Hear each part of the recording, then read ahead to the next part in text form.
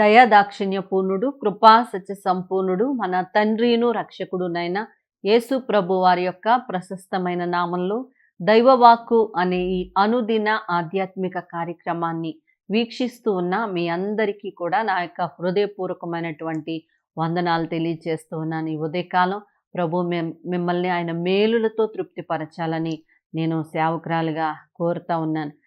ఈ ఈ దినము కొరకు ఒక వాక్య భాగం మనం ధ్యానం చేసుకుందాం. సామెతల గ్రంథం 31వ అధ్యాయము 21వ వచనం. తన ఇంటి వారికి చలి తగులనని భయపడదు, ఆమె ఇంటి వారందరూ రక్తవర్ణ వస్త్రములు ధరించిన వారు.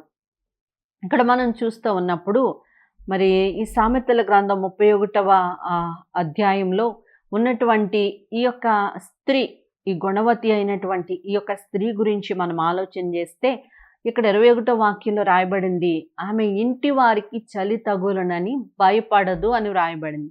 చాలా మందిలో భయం భయం భయం, రేపు ఏమైపోతుందో అన్న భయం, లేకపోతే ఎక్కడో ఉన్నటువంటి వ్యాధి మన ఇంటికి వచ్చేస్తుందేమో అనేటువంటి భయం, ఈ వ్యాధిని జయించలేమోనన్న భయం, ఎగ్జామ్స్లో మార్కులు తెచ్చుకోలేనేమోనన్న భయం, ఫెయిల్ అయిపోతానేమో అన్నటువంటి భయం, లేకపోతే ఈ లోకయాత్రలో ముందుకు సాగలేనేమో నన్న భయం, ఈ బంధాన్ని కాపాడుకోలేనేమో నన్న భయం, పిల్లల్ని పెంచలేమోనన్న భయం, ఇలాగ ఎన్నో రకాలైనటువంటి భయాలు.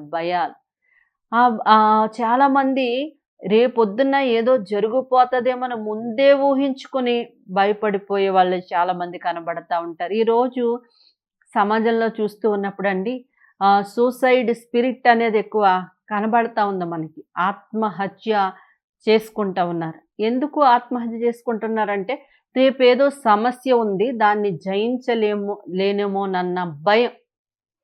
అయితే ఇక్కడ మనం చూస్తూ ఉన్నప్పుడు ఈ స్త్రీ అంట తన ఇంటి వారికి చలి తగులనని భయపడదు. ఇంటి వారికి ఏదో అయిపోతుందేమో, ఏదో జరిగిపోతుందేమో, పిల్లలకి ఏదో అయిపోతుందేమో, లేకపోతే సమాజంలో ఏదో జరిగిపోతుందేమో అన్నటువంటి ఎట్టి భయమూ లేదంట.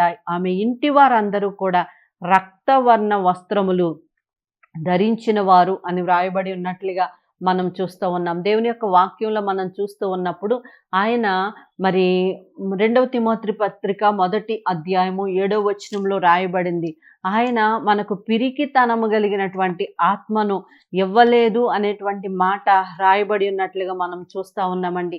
ఆయన మనకు పిరికితనం కలిగినటువంటి ఆత్మను ఇవ్వలేదంట. శక్తియు ప్రేమయు ఇంద్రియ నిగ్రహము కలిగినటువంటి ఆత్మనే ఆయన మనకి ఇచ్చాడు తప్ప పిరికితనం కలిగినటువంటి ఆత్మను ఆయన మనకు ఇవ్వలేదు. పిరికితనం అనేది మరి అది సాతాను ఆత్మ, సాతాను దగ్గర నుంచి వస్తుంది. అది మనల్ని భయపెడతా ఉంది, రేపేదో జరుగుతూ ఉంది, ఏదో భయం ఉంది, ఏదో జరిగిపోద్ది అనేటువంటి భయం పెట్టి నీ ఆత్మీయ జీవితాన్ని నాశనం చేయడానికి, శారీరక జీవితాన్ని కూడా కుప్పకూల్చుకోవటానికి మరి ఆ యొక్క సాతాను ఆత్మ నిన్ను వెంబడిస్తూ ఉంది. కాబట్టి గమనించు, పిరికితనం కలిగిన ఆత్మ అది దేవునికి సంబంధించింది కాదు గనుక నీవు భయపడొద్దు. నీ ఇంటి వారికి చలి తగులనని భయపడొద్దు, ఏదో జరిగిపోద్దని భయపడొద్దు. మరి యోబు గ్రంథం 3వ అధ్యాయము 25వ వచనంలో రాయబడింది, ఏది వచ్చితునని బహుగా భయపడుతునో అదే నా మీదకి వచ్చి ఉన్నది అంటాడు. అంటే బహుగా ఏదో జరిగిపోద్ది అని భయపడితే అదే మన మీదకి వచ్చేటువంటి అవకాశాలు ఉంటాయి. కాబట్టి భయపడొద్దు, ధైర్యం కలిగి ఉండండి, నిబ్బరం కలిగి ఉండండి. ప్రభు మీకు తోడై ఉంటాడు, మిమ్మల్ని నడిపిస్తాడు. దేవుడి మాటలు దీవించును గాక. ఆమేన్. ప్రార్థన చేసుకుందాం. ప్రియ పరలోకపు తండ్రి, నీకు స్తోత్రాలయ్యా. నాయనా, ఇక్కడ నాయనా తండ్రి చేరి వాక్యాన్ని వింటూ ఉన్నటువంటి ప్రతి ఒక్కరిని మీరు జ్ఞాపకం చేసుకోమని అడుగుతా ఉన్నాం. ఈ ఆన్లైన్ ద్వారా నాయనా తండ్రి వాక్యాన్ని వింటున్న ప్రతి ఒక్కరిని మీరు జ్ఞాపకం చేసుకోండి అయ్యా. మీరు దీవించండి, మీరు ఆశీర్వదించండి నాయన. చాలా మందిలో అపనమ్మిక, అవిశ్వాసము, భయము నాయన, భయము ద్వారా తమ జీవితాల్ని నాశనం చేసుకుంటూ అంతం చేసుకుంటూ ఉన్నారు. ప్రభు అలా కాదు కానీ నాయన, ధైర్యము కలిగి ఉండటానికి మీరు సహాయం చేయండి అయ్యా. వారిలో ఉన్న ప్రతి విధమైన భయమును తీసివేయండి నాయన.